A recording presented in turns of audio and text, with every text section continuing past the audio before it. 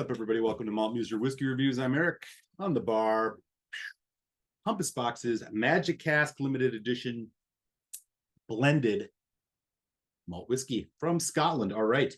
As always, no taste finish review. This whiskey's coming your way. I'll tell you a bit about the value, share my final thoughts, give you a final score, leave you a malt musing. But first, take a second, smash that subscribe if you haven't yet. Would love the support if you're enjoying these reviews. And make sure you don't miss any of these reviews and live streams coming up. Okay, so Compass Box, a blender, one of the better ones in my opinion. And the story behind Magic Cask, bear with me as I'm just going to share a little bit about this. So they had an original Magic Cask way back in 2006, which they had finished in ex Maduro. And basically what's going on with this whiskey is that they had got a parcel of some whiskey from a now lost defunct distillery called Imperial. They couldn't quite figure out how to make it work with anything they were doing.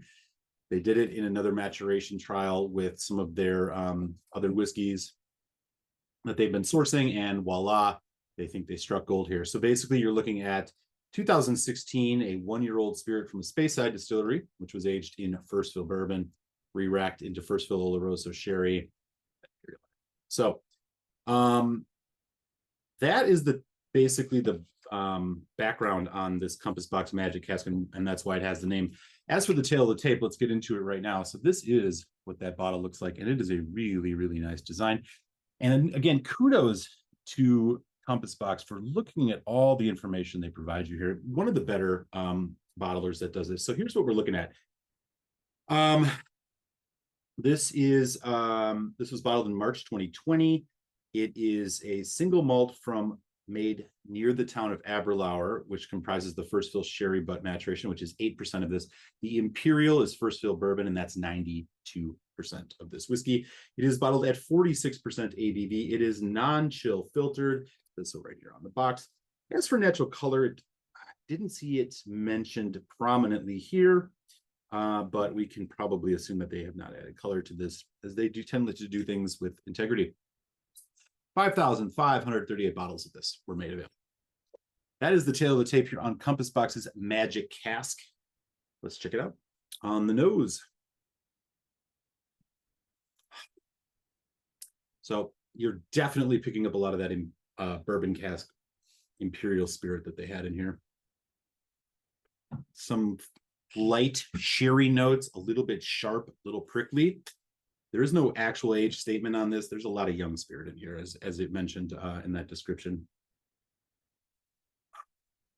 Getting some kind of cereal grain quality, a nice kind of sweetness to it. But this is prominently bourbon forward with a little hint of this sweet fruit, like on the strawberry side. And again, a little bit of sharpness, edgy spice to it. Okay.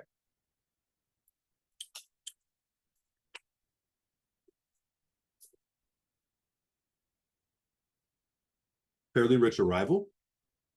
Again, bourbon sherry, caramel toffee kind of notes are really strong here.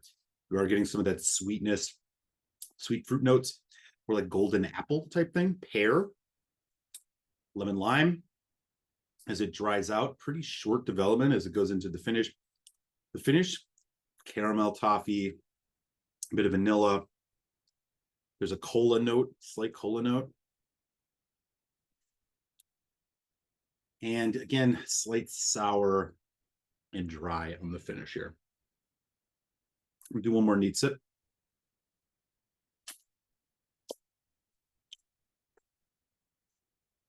The body of this is pretty much medium. It is a rather quick development, though. I mean, you get hit with this drying kind of citric acidity note pretty quick after you head into the development here. Okay. I got the Glenmorangie pitcher filled up with some high quality water. Let's put a few drops on here. We'll do about 3. This is 46%, so we'll just see if they can. We're not going to drown out too much. What does Winston the Whiskey Cat think? Not a fan. He's a picky one. Okay.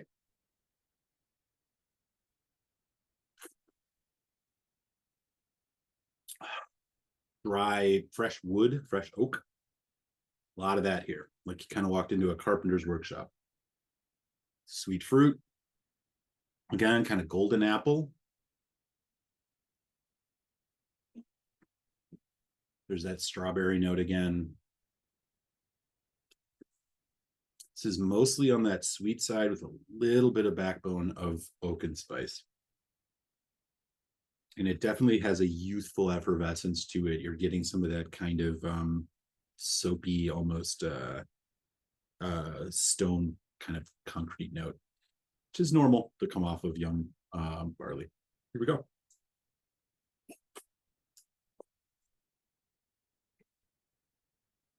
Okay. A bit creamier, more full, voluminous arrival, longer development. That youth is showing, though, a little bit more so here with water. Definitely getting a sharp, almost alcoholic note. It's a bit on the sour tannic side as it goes into the back end. This isn't tannic like red wine or anything like that, but this has definitely got a drying finish. Finish is shortened up a bit. Ooh, I am not actually sure if water did. Water definitely made the development initially a little bit better, but extended that out, showed a little more complexity, not much more. But unfortunately, that transition into the finish here has actually gotten a little more disjointed. Okay.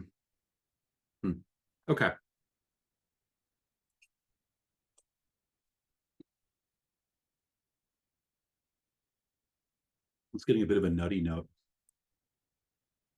Very crisp, very tannic, sour, drying as it goes into this finish. Okay. I think this was better without water overall. Let's talk about the value. This was a limited edition whiskey. They are still available. And if you are a Compass Box aficionado, I'm sure you've probably already had this. If you are somebody who is looking into getting the Compass Box whiskeys and want to get your hands on this, you are going to pay a pretty penny. These are in that $200 some range now, USD here in 2023. That is a pretty stiff price for this. I think when I originally saw this on shelves, I mean, it was still in that like 130, 140, 150 range. Expensive whiskey. Compass boxes are usually not that cheap, especially with these limited releases. Magic Cask is no exception. I'm going to put this at a medium low value. And I'm going to tell you why here in final thoughts. So, is this magic in a bottle? The short answer is no. This is a young, youthful spirit driven whiskey that definitely the story behind it seems to belie the quality a bit in terms of the experience. Now, I do give marks to them for their integrity presentations. Of course, they do 46% non-chill, a lot of information on here. I wish this should be the standard for everybody. That said, this is not really all that impressive of a whiskey, and I don't think chasing this down for the price is necessarily worth it. I'm not even all that sure how interesting this will be to folks as a simple trial.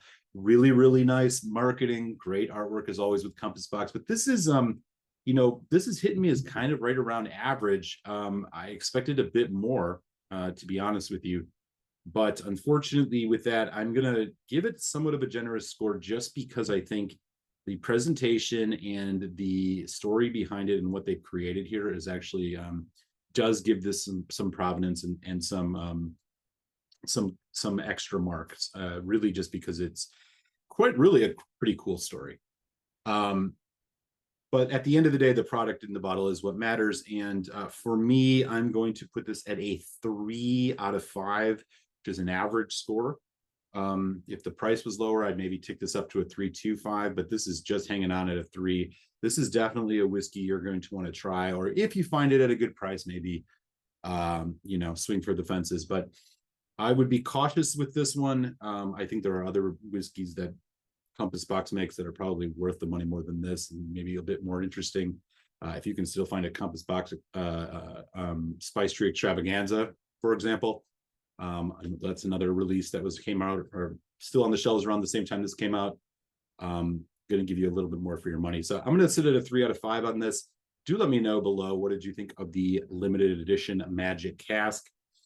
And it is a strawberry field forever. All right. With that, I'm going to send you to your malt musing, and I'll catch you next time on Malt Muser Whiskey Reviews. Let's launch.